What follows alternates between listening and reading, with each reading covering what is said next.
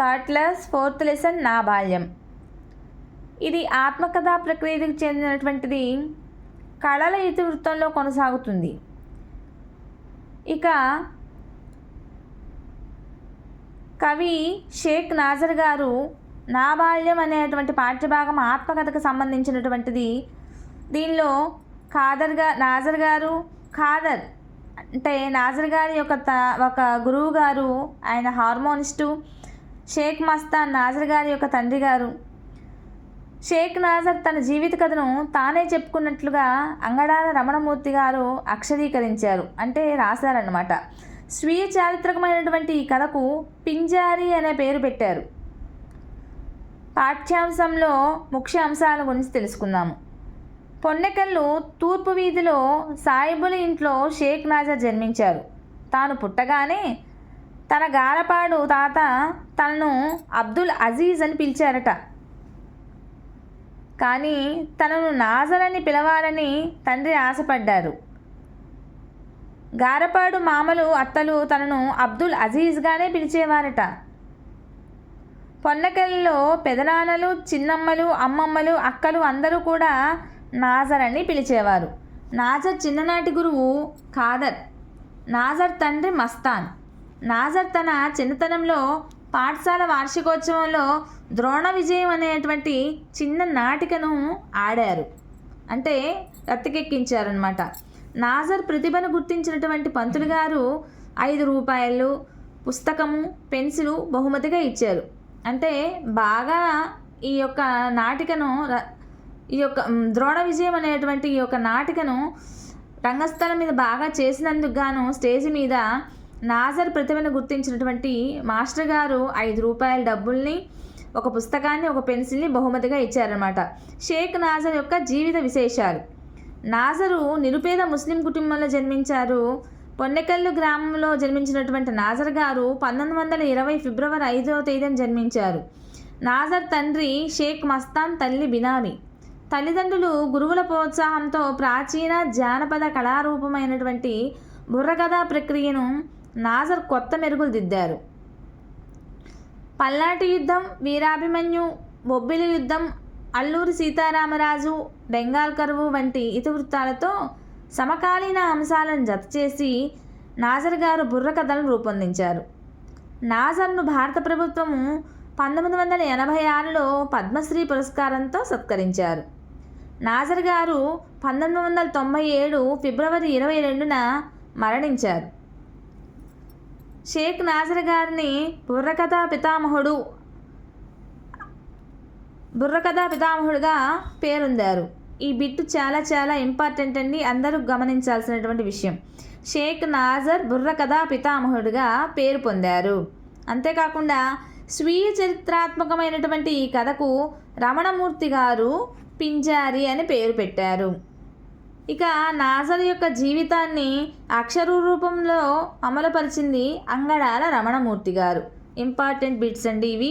నాజర్ బుర్రకథా పితామహుడుగా తను చేసినటువంటి కృషిని గుర్తించినటువంటి భారత ప్రభుత్వం 1936లో పద్మశ్రీ పురస్కారంతో సత్కరించింది. మెయిన్ పాయింట్ ఇది. నాజర్ గారి గురువు ఖాదర్ గారు. ఇక సజ్జ జొన్నలు లేవు గాని చల్లతాగి చదువుకోరా అన్న వాక్యం గల పాఠ్యాంశం ఏది అని అడుగుతాడండి. అది ఆ బిట్ కూడా చాలా ఇంపార్టెంట్. 3 years బ్యాక్ టెట్లో వచ్చిన బిట్ ఇది.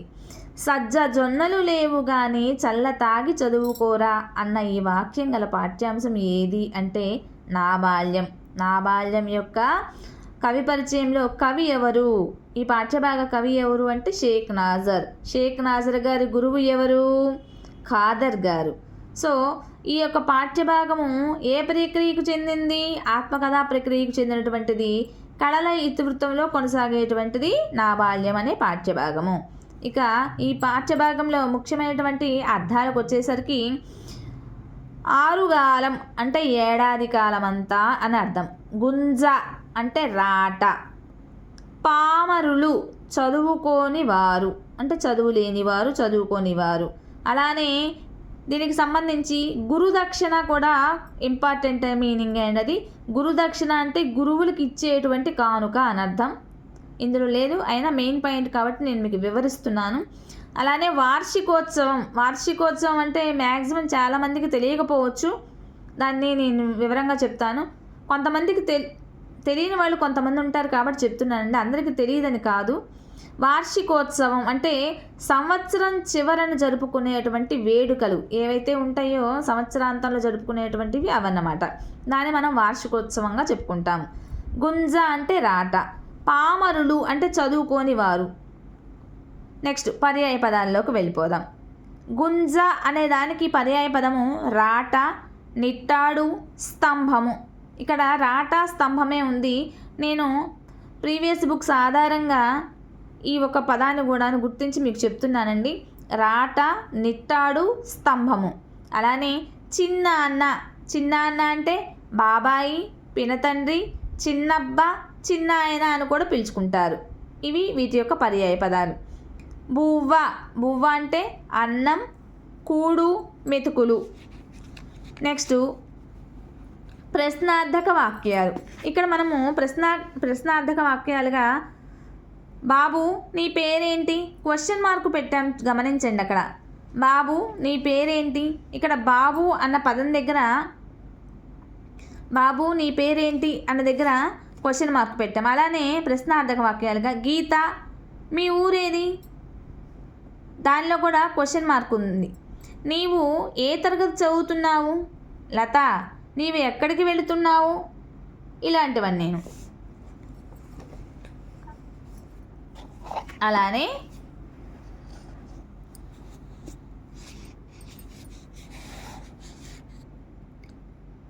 ఎప్పుడు, ఎక్కడ, ఎందుకు, ఏమిటి, ఎలా, ఎవరు వంటి పదాలను ప్రశ్నార్థక పదాలుగా చెప్పుకుంటాము. మరలా చెప్తున్నానండి, ఎప్పుడు, ఎక్కడ, ఎందుకు, ఏమిటి, ఎలా, ఎవరు ఇటువంటి పదాలను ప్రశ్నార్థక వాక్యాలుగా మనము చెప్పుకుంటాము.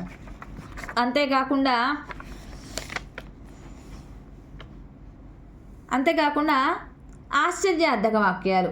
అబ్బో జూ ఎంత అందంగా ఉందో, జిరాఫీ ఎంత ఎత్తుగా ఉందో, అమ్మో సింహాన్ని చూడగానే ఎంత భయం వేసిందో, పక్షులను చూడగానే ఎంత ముచ్చట వేస్తోందో. అంటే ఇక్కడ మనం గమనించాల్సిన విషయం ఏంటంటే ఆశ్చర్యాన్ని తెలిపే గుర్తుని మనం గమనించాలి. ఈ గుర్తుని మనము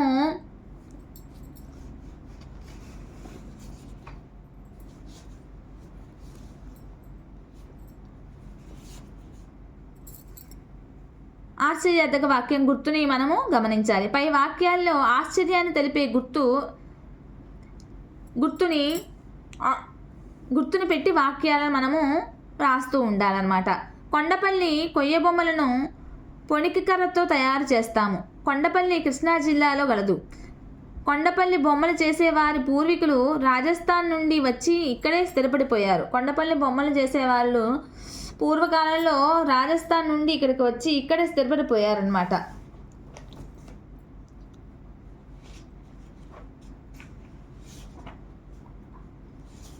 నెక్స్ట్ చూడండి, బంగారు పాపాయి. ఇది ఈ మాసపు పాట కింద చెప్పుకోబడతాము. బంగారు పాపాయి అన్నది ఈ మాసపు పాట కింద చెప్పుకోబడతాము. కవి మంచాళ జగన్నాథరావు గారు. ఈయన 1921లో జన్మించారు, 1985లో మరణించారు. మంచాళ జగన్నాథరావు గారు కవి, మంచి సంగీత విద్వాంసుడు. అంతేకాకుండా వాగ్గేయకారుల కృతులకు స్వరరచన చేసిన వారు కూడా. ఈయనకు ప్రసిద్ధమైనటువంటి వాగ్గేయకారుల స్వరరచన చేసేవారుగా ఈయనకు ప్రసిద్ధమైనటువంటి పేరు కూడా ఉంది. అంతేకాకుండా బంగారు పాపాయి బహుమతులు పొందాలి, పాపాయి చదవాలి మా మంచి చదువు అని చెప్పని ఈ గేయాన్ని మంచాళ జగన్నాథరావు గారు రచించారండి. అయితే తెలుగు దేశము నాది, తెలుగు పాపను నేను అని పాప జగమంతా చాటి వెలియించాలి. ఇది కూడాను మంచాళ జగన్నాథరావు గారు బంగారు పాపాయి అనేటువంటి ఈ మాసపు పాటలో రచించినటువంటిది.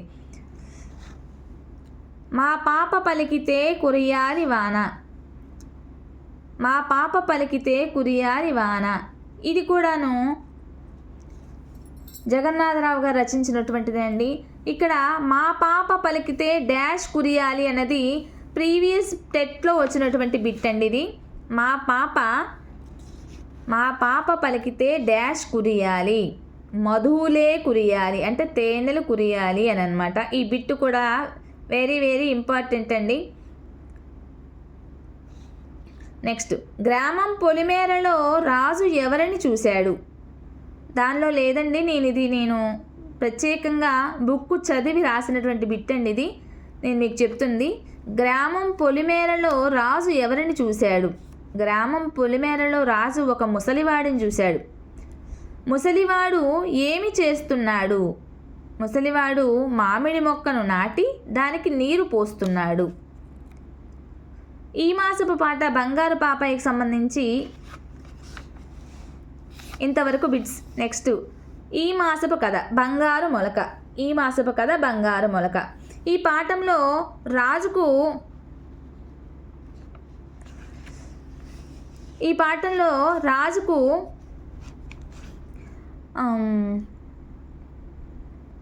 మామిడి మొక్కతో కనిపించింది ముసలాయన.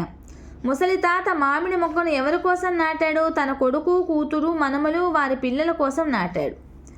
తాత మంచి మాట చెప్పాడు.